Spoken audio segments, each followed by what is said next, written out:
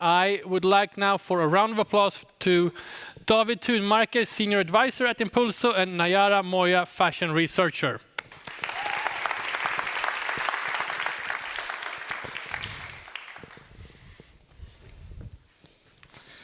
Okay, is this the dangerous one or? Don't sink. Oh. It's like going on a ferry or something. Yeah. It's getting so seasick. Beware when I throw up.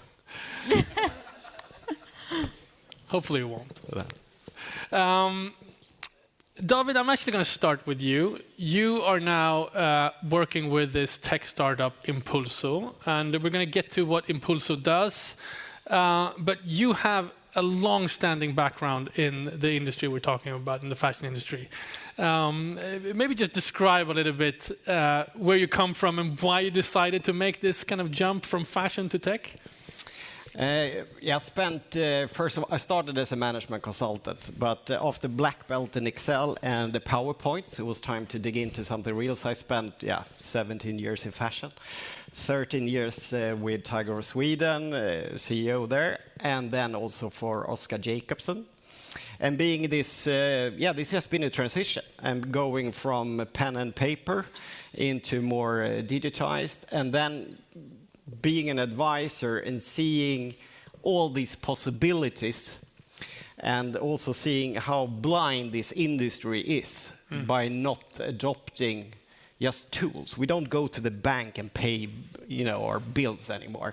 And it's a little bit of a resistance. So that's why I have my fingers a little bit here and there.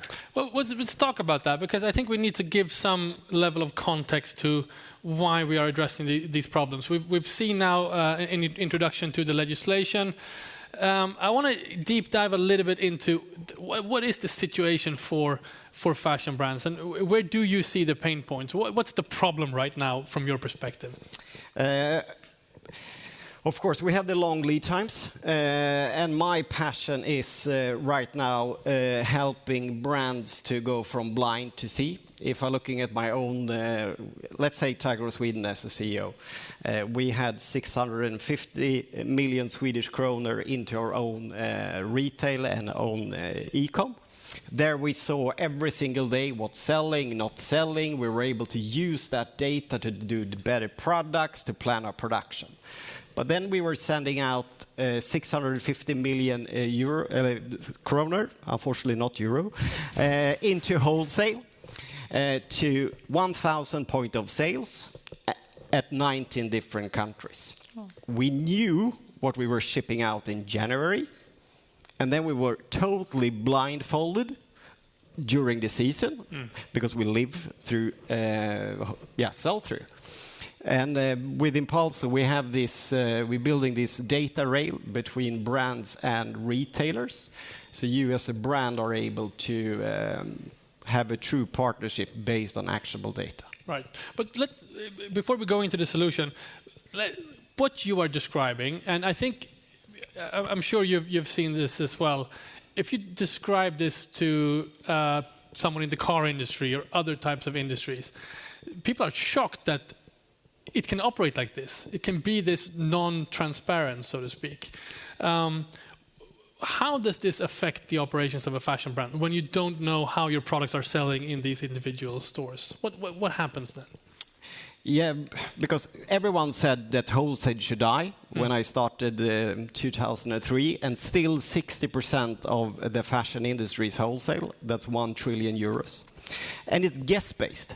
Since we are designing 12, 18 months ahead, we don't know about the demand, so we guess. And by doing that, we see that in average, every single fashion brand is having over 30% of their production is overproduction. It harms the environment, and it's diluting the profits. And we haven't addressed the root cause. Instead, we have just screamed about higher margins, because then I can continue be ineffective. But right now, we see also this kind of perfect storm that I'm a business guy. If it hurts your pocket and it hurts profit, we are willing to change. Is that what's happening? What's the response you're getting when you're talking to the industry right now about these issues? We talked also for 10 years to use data. And now we're talking about AI, and then, but shouldn't we start with the data? Everyone wants to do the change, but I feel also many are very afraid of that, where to start. And then I'm not from tech, but I'm working with a lot of tech people. So I tell them, shut up, listen to the challenges we have, and then they say, shut up to me, because now we need to build this so we can scale. Right. So describe the solution. I mean, you essentially want to, for brands to be able to see what's happening out there in the marketplace, where they've shipped out the garments or collections to various different wholesale outlets. Then there's a data coming back to the brands, right? Yeah, so we solved the total lack of data transparency. So you as a brand, you are able to, in your thousands of retailers globally, you're able to follow your sales in real time. What's selling, what's not selling, you will be proactive and you can then drive sell-through. And today you're blindfolded. Brands don't know the sell-through. They don't know what the inventory looks like. They don't have sufficient data to plan their production, and they increase their whole business risk. And the industry, since I've been sitting in many showrooms with retailers, we still share the data. So when you're now meeting your retailers and they buying spring, summer 25, you look at how sell-through have been this spring. But it's too late. The tech is already there, so you're able to see it in real time. So there's this lag of information that hurts the next collections and kind of hurts the way you can optimize your future collections. Yeah, because you as a brand, we all know that 30% is waste, but we don't know where, so we just ship it out.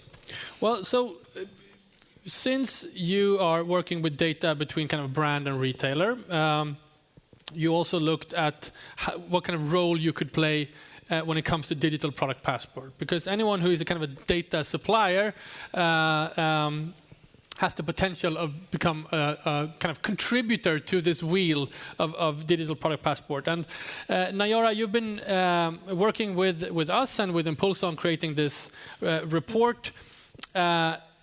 Looking specifically at the kind of the retail part of the DPP value chain, can you talk a little bit about the key findings from the report? We talked to 100 of Northern European and Scandinavian retailers, and we found out that 86% are not even aware that they contribute to the DPP, and that they are not even aware that they should or engage in the sharing data in the future, or starting now because it's been rolling out in the next year. The law, implementation of it, so the regulation, sorry. And I thought it was very interesting because you think, okay, we have all these data, we have lots of solutions, but no one is focusing on the retailer. And why not? And as David was posing to us, they are planning 30% of waste without even knowing what the retailer is selling, where is selling, why is selling, which is something that you can grab from the customers and be able to plan ahead the collections and be able to connect. Because when you connect the data points, you can see if you can offer different margins for delivering the products before, you can offer discounts, you can offer the brands have the potential to operate together with the retailers to fulfill these needs that they have, like David posed. Like, I'm planning 30% of waste ahead, but why can't we together see what are the needs before, and also money-wise, because you're wasting money. So how can we do that? And the solutions are coming to help us integrate the data, like David said, create this data rail to be compliant, not only to the regulations that are coming, but as well to make sure that are being sustainable, are being economical, and also working integrated as a fashion industry. Right. I think one thing that the report kind of underscores is we need to kind of open up this data rail. That has been kind of closed before. I mean, we haven't had the tools. I think that you want to solve that with Impulso, of course. But also there's a hesitation of sharing data. How do you see this, David? Yeah, it's been mentioned by many before, that it's a value chain and it's a 400-meter relay and you need to ship the baton. And I see a big shift that, first of all, it was like, okay, data. And then everyone has been a little bit, if I hold on to my data, and since I'm obsessed with brand retailer, it's an end consumer over there that everyone's serving and everyone lives from that margin. And the brands were like, I don't share. And the retailers, they're like, I don't share. But then after a while, they're like, okay, maybe this is not a transaction. This is actually a partnership because you are interdependent. I want to reach that David over there. Sometimes it's go through my channel, sometimes through the retailer. So I see a big change from thinking that the gold mine was my data and then realizing that, okay, if you interact, because it's a value chain, then you get the whole leverage. And that's good that everyone also have been stressing this. Nayara, from the working with the report, how we talked about how kind of unaware the retailers are that they need to engage with this stuff out in Europe. And it should be said, we've surveyed the as you mentioned, retailers across the Europe market.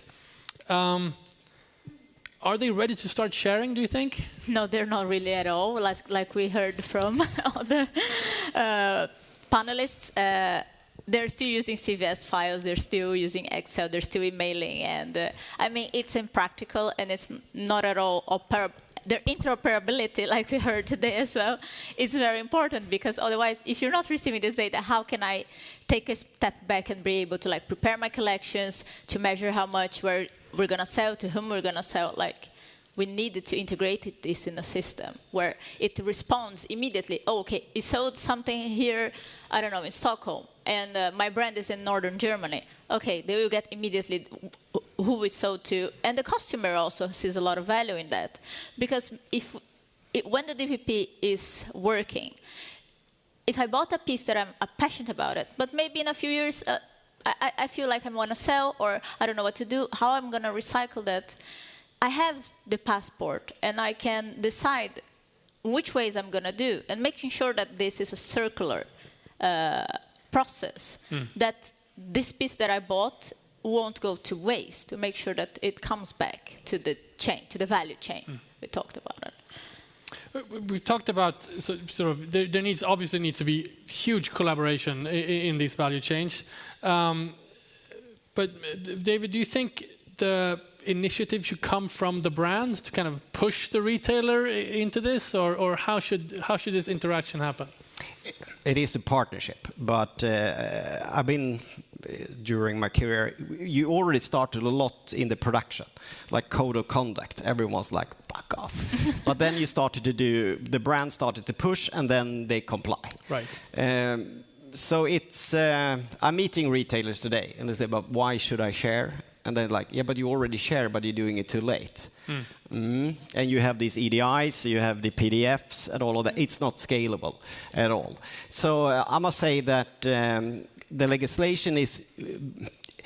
Right now, there's a lot of brands. I met a few just early August who already in their customer agreements is stipulating that if you're selling my brand, I also demand in this partnership that you should share data back. So business sense, yes, you should do it, but also now you have a legislation that, everyone needs to do it.